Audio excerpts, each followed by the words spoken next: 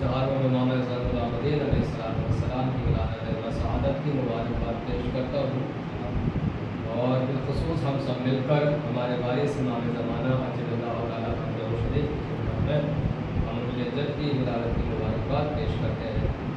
اور مختصر سے دو کلام آپ حضرات کے سامنے عرض کروں گا، بہت مختصر سے۔ ایک مطلع ہوگا 3-4 شعر ہوں گے، پھر ایک مطلع ہوگا 3-4 شعر ہوں گے، اور ایک کلام اس میں تقریباً 2 سال پرانا ہے، آپ کو یاد بھی نہیں ہوگا، یہاں پڑھ چکا ہوں میں، پھر بھی سنا دیتا ہوں۔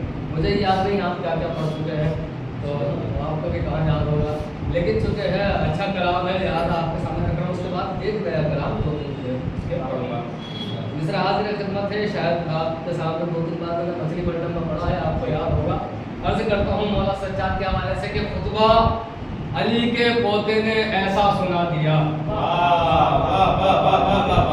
خطبہ علی کے پوتے نے ایسا سنا دیا، خطبہ علی کے پوتے نے ایسا سنا دیا۔ دوسرے مصرے کا قافیہ دیکھیں گے کہ خطبہ علی کے پوتے نے ایسا سنا دیا، سجاد نے یزید کا بھیجا اڑا دیا۔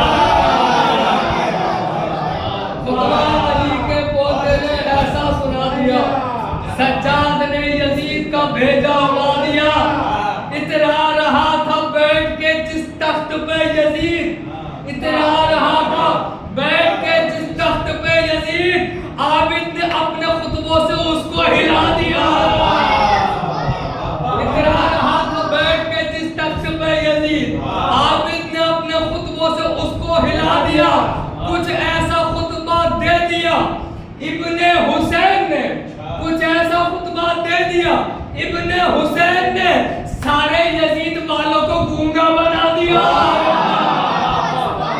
نہیں، میں نے تو آپ سب کو ایسے داد نہیں دی تھی نا، میں نے تو خود دل کھول کے داد دی تھی، دونوں ہاتھ اٹھا کے داد دی تھی، پھر میرا حق کیا ہوا؟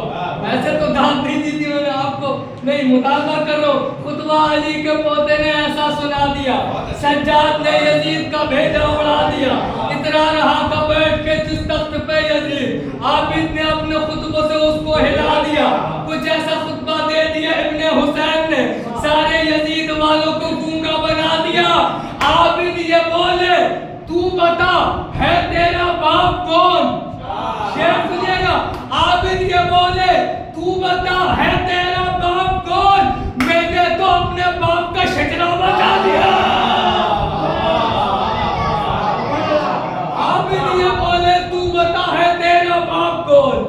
عابد یہ بولے تو بتا ہے تیرا باپ کون؟ میں نے تو اپنے باپ کا شجرہ بتا دیا۔ خاموش سارے ہو گئے درباری شام کے، عابد نے سب کے ہونٹوں پہ تالا لگا دیا۔